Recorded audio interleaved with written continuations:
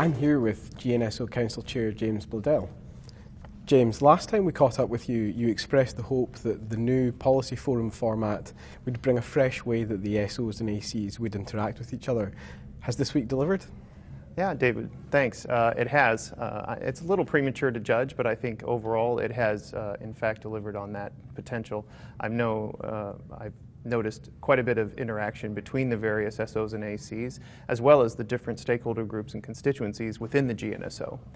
I don't want to get too far ahead of ourselves, but I think that the policy forum format has been a success, and while we may tweak it on the margins going forward, I think it's here to stay. And has the feedback from within the community been positive? Very positive. Most of the folks have indicated to me, at least privately, that they felt that the meeting was more focused, that they were able to get quite a bit of work completed, and that they felt at the same time that it was a little more relaxed, although paradoxically that they were a little more tired at the end of each day because they seemed that they were attending more sessions. Or perhaps that's because the sun just doesn't go down here. Much of the GNSO's work this week is focused on the three big policy development processes: subsequent procedures, RDS and RPM's review. How much work has been accomplished this week on those three? I think those groups are also reporting positive feedback from this format. I know that in the past some PDP working groups have had a full day set aside. We obviously don't have that ability within the policy format structure. However, each of those groups had dedicated sessions where they were able to get quite a bit of work completed. In fact, anecdotally, one person reported to me that one of those PDPs was able to get more done in its session here in Helsinki than it had in the last 4 months of teleconferences. So I think that's about as positive as a review as you can expect. That's great.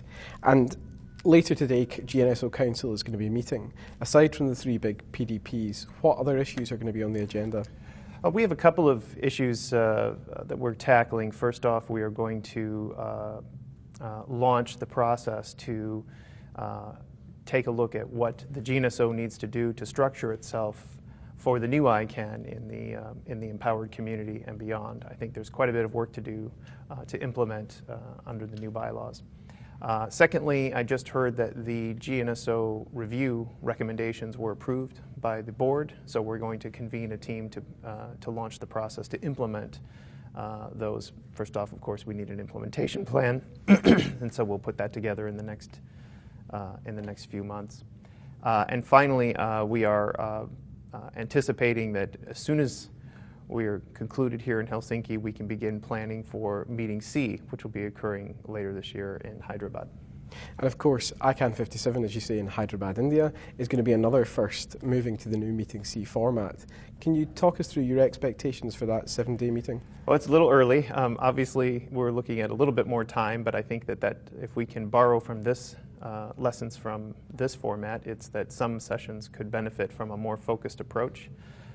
We may see a return of a face-to-face day-long session, for example, for one of the PDPs. We may see face-to-face sessions for the CCWG, for Workstream 2, as well as other features of Meeting C, like 2 public forums and further interaction between the different SOs and ACs. So hopefully we can take what we've learned in Meeting B and build on that for Meeting C. Well, thanks for taking the time to join us today, and we'll let you get back to the council meeting. Thanks, David. It's a pleasure.